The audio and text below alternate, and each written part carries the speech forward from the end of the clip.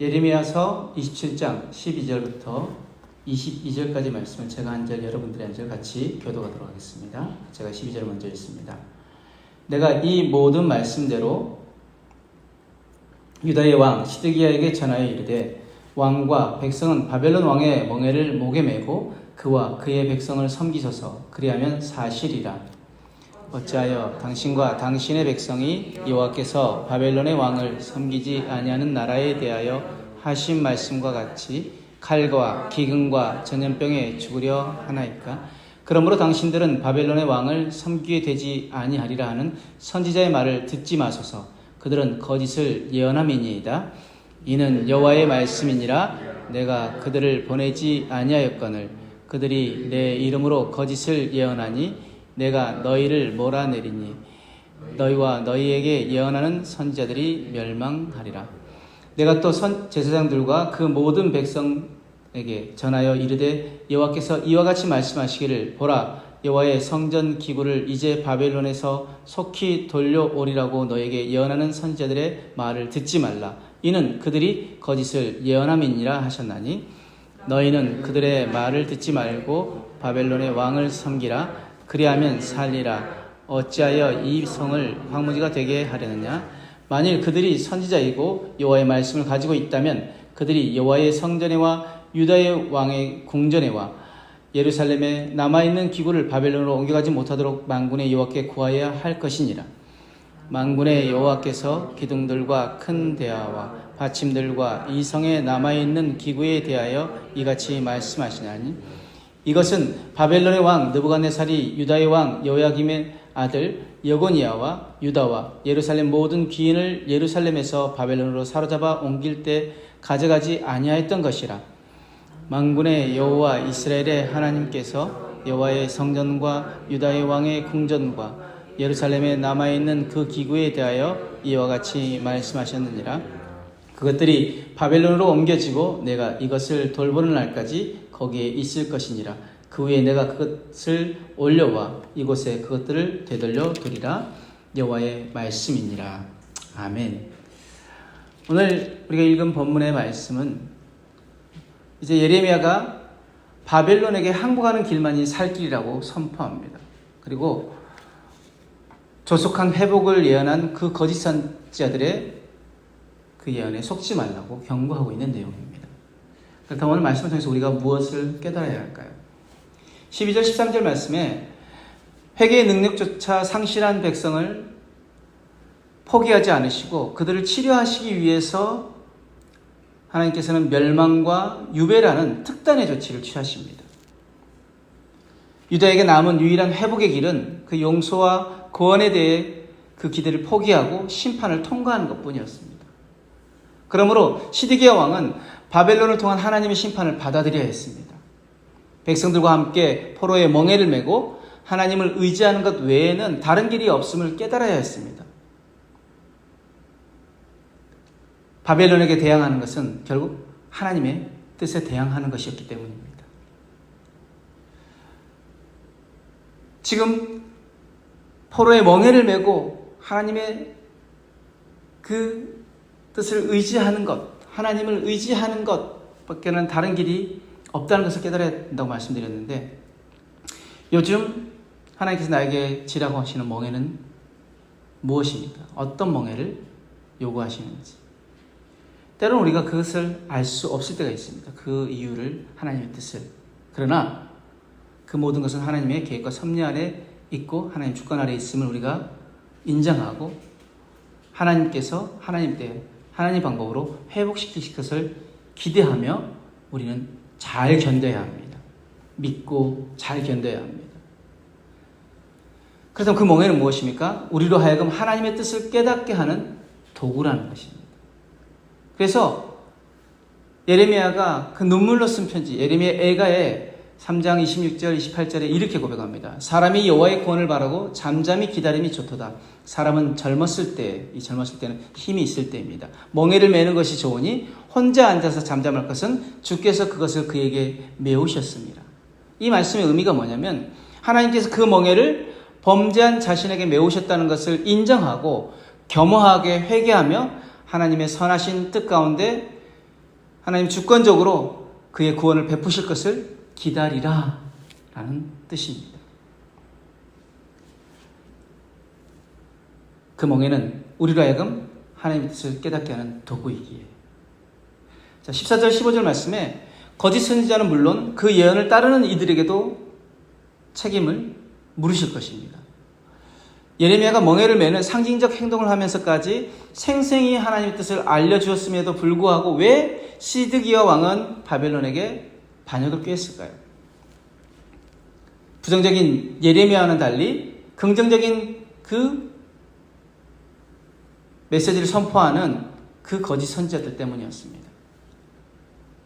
듣기 좋은 말로 백성들을 현혹하는 거짓 선지자들도 문제지만 듣기 좋은 말만 골라 들으며 거짓 희망을 품고 스스로 회개의 가능성을 차단하는 백성도 문제입니다. 가장 문제는 뭐냐면 말씀을 취사 선택하는 거죠. 내가 좋아하는 말씀만 듣고 나에게 불편한 말씀은 듣지 않습니다. 여러분, 아무리 몸에 건강한 좋은 약이라도 만약에 좋은 약이라고 해서 계속 그 영양제만 섭취하고 다른 것들을 섭취하지 않는다. 그럼 문제가 뭐가 되십니까? 영양의 불균형 때문에 몸이 망가집니다. 때로는 하나님 말씀이 우리에게 쓰다 할지라도 그것이 우리에게 좀 고통스럽다 할지라도 그것은 하나님께서 우리를 온전히 세우시게 하기 위한 하나님의 그 섭리 가운데 있는 말씀입니다. 그렇다면 그것이 때로는 내 마음 가운데 불편할지라도 우리가 그것을 아멘으로 받아들여야 될 줄 믿습니다. 말씀은 취사 선택하는 것이 아니라 그 어떤 말씀이라 할지라도 이것은 하나님 말씀임을 믿는다면 우리가 온전히 그것에 아멘으로 순종하며 나아가기를 원합니다. 그런데 말씀을 들을 때 우리가 듣는 자에게도 분별하면서 들어야 될 책무가 있습니다. 비록 그 말씀이 내 마음을 해지는 말씀이라 할지라도 우리가 외면하지 말고 그 말씀을 들어야 하는데 디모데후서 2장 15절 말씀에 너는 진리의 말씀을 옳게 분별하며 부끄러울 것이 없는 일꾼으로 인정된 자로 자신을 하나님 앞에 드리기를 힘쓰라 라고 말씀하십니다. 그 말씀을 옳게 분별하는 것. 이 분별의 영이 없으니까 요즘 어떻게 해요? 거짓 선지자들, 즉 이단에 너무나 쉽게 우리가 현혹됩니다. 요한일서 4장 1절 말씀, 사랑하는 자들아 영을 다 믿지 말고 오직 영들이 하나님께 속하였나 분별하라. 많은 거짓 선지자가 세상에 나왔습니다. 그때도 그랬지만 지금도 이단이 판을 치고 있습니다. 그런데 왜 그 이단에 빠져듭니까? 분별하는 영이 없기 때문에. 우리가 분별의 지혜가 없기 때문에. 그렇다면 어떻게 우리가 그 분별의 지혜를 우리가 얻을 수 있을까요? 어떻게 분별할 수 있을까?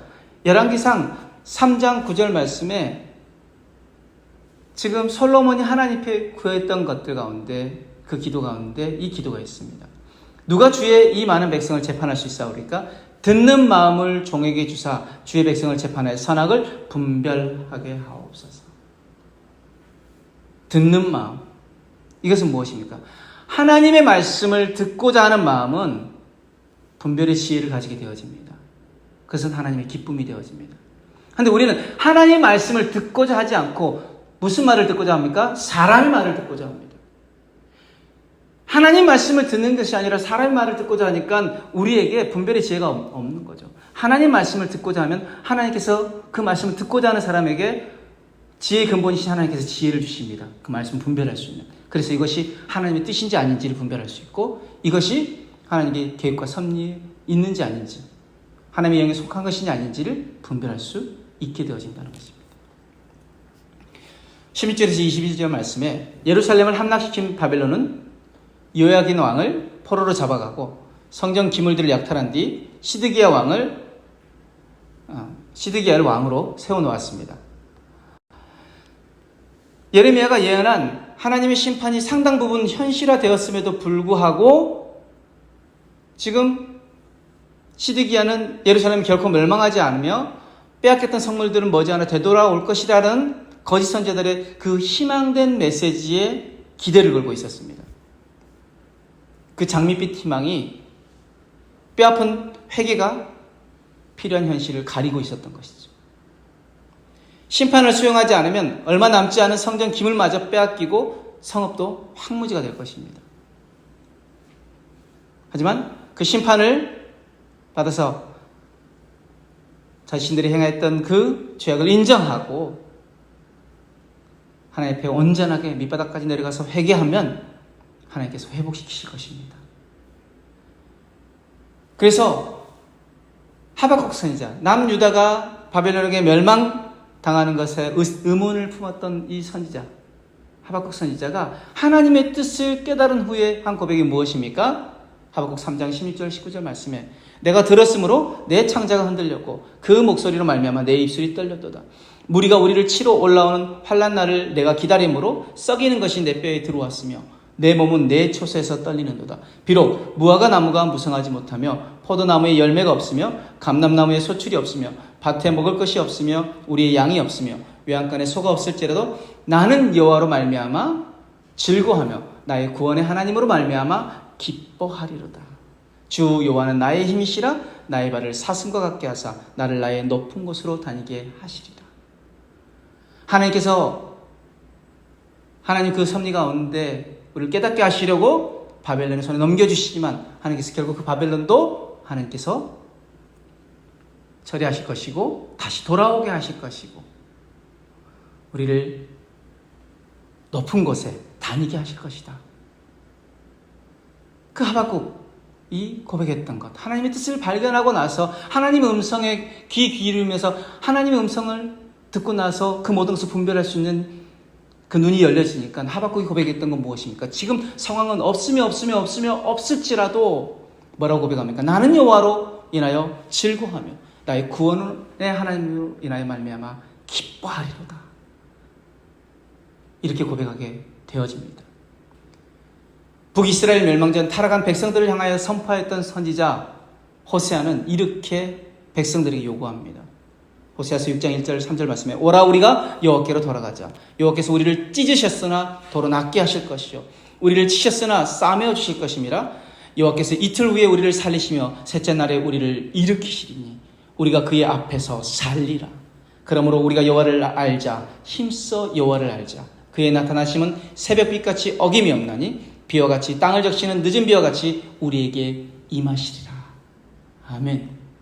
우리가 하나님을 알게 되어질 때 하나님은 우리를 찢으셨으나 도로 낫게 하실 것이고 우리를 치셨으나 싸매어 주실 것이고 결국 우리를 일으키시고 우리가 그 앞에 살게 되어진다라는 호세아의 이 말씀처럼 때로는 우리가 하나님께서 우리에게 그 멍에를 지우셨다면 이 멍에가 하나님 나에게 무엇을 깨닫게 하시는 도구인지 그 뜻을 분별하여 빨리 깨닫고 하나님께로 돌아가기를 원합니다. 그리고 하나님의 구원을 기다릴 때 하나님이 우리를 일으키시고 그의 앞에서 살게 하실 것입니다. 이 은혜가 오늘 저와 여러분들에게 있기를 주님으로 축복합니다. 아멘.